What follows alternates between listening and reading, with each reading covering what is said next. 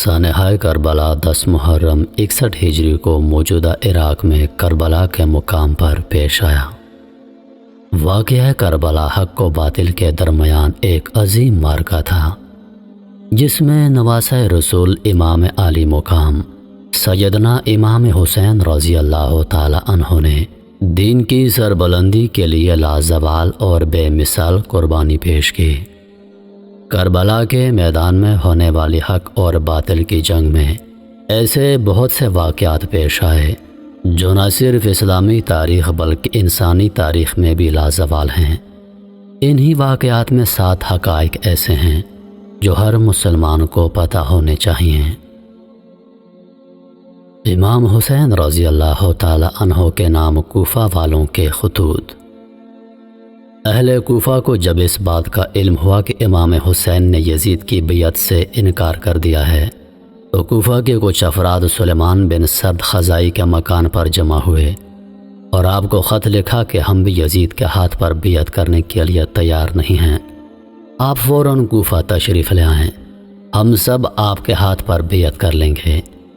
اس کے 2 دن بعد ان لوگوں نے اسی مضمون کا ایک خط امام حسین کی طرف لکھا اور چند دوسرے خطوط بھی آپ کے پاس بھیجے جن میں آپ کو کوفہ بلایا گیا۔ سانحہ کربلا کے پہلے شہید امام حسین رضی اللہ تعالی عنہ کے چچا زاد بھائی مسلم بن عقیل سانحہ کربلا کے پہلے شہید ہیں جنہیں کوفہ میں شہید کیا گیا۔ امام حسین رضی اللہ عنہ نے اہل کوفہ کے خط ملنے کے بعد مسلم بن عقیل کو اپنا سفیر بنا کر کوفہ روانہ کیا تھا تاکہ وہ کوفہ کے حالات کا جائزہ لے کر امام حسین کو آگاہ کر سکیں۔ امام حسین کے ساتھ کوئی فوج نہیں تھی۔ امام حسین نے جب مکہ سے کوفہ کی جانب سفر شروع کیا تو آپ کے ساتھ آپ کے خاندان کے کچھ افراد جن میں بچے بھی شامل تھے اور چند اصحاب تھے۔ امام حسین کا کوفہ کی جانب سفر اہل کوفہ کی دعوت پر تھا اور آپ کا یزیدی فوج سے جنگ کا کوئی ارادہ نہیں تھا۔ فرزدق شاعر سے ملاقات۔ وادی تنعیم سے سفر کر کے جب امام عالی مقام کا قافلہ وادی صفا پر پہنچا تو مشہور شاعر فرزدق آپ کی خدمت میں حاضر ہوا۔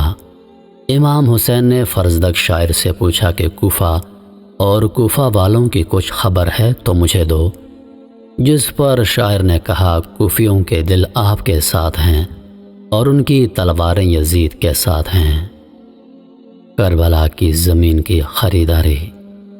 امام حسین رضی اللہ عنہ کا قافلہ جب میدان کربلا میں پہنچا تو آپ نے سب سے پہلے اس علاقے میں آباد بنی اسد کے قبیلے کے سرکردہ افراد کو بلا کر ان سے زمین خریدنے کی خواہش ظاہر کی۔ امام حسین نے زمین کربلا 60 درہم میں خریدی۔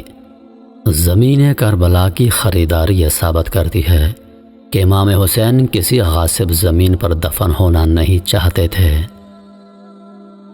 ترکی لشکر حسینی میں شمولیت۔ حر بن یزید رہائی کوفہ کے ایک بہادر اور دلیر سپہ سالار تھے۔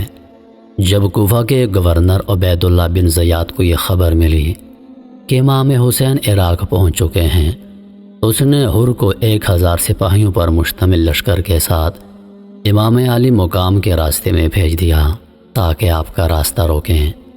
صبح عاشور حر نے جب یہ دیکھا کہ یزیدی فوج امام حسین کو قتل کرنے کے در پہ ہے تو وہ یزیدی لشکر سے نکل کر لشکر حسینی میں شامل ہو گیا اور شجاعت و بہادری سے لڑتے ہوئے امام عالی مقام کے مشن پر اپنی جان نچھاور کر دی۔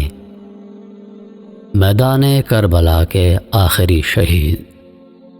میدان کربلا میں امام حسین کے تمام ساتھی یزیدی لشکر سے لڑتے ہوئے شہید ہو گئے۔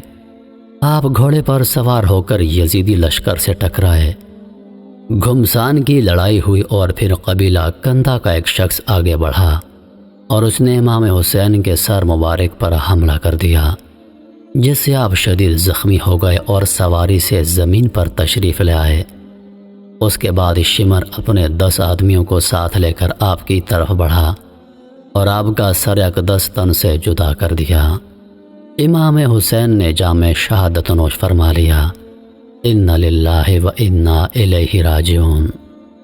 امام حسین کا یہ ایثار اور قربانی تاریخ اسلام کا ایک ایسا درخشندہ باب ہے جو رہروان منزل شوق و محبت اور حریت پسندوں کے لیے ایک اعلیٰ ترین نمونہ ہے۔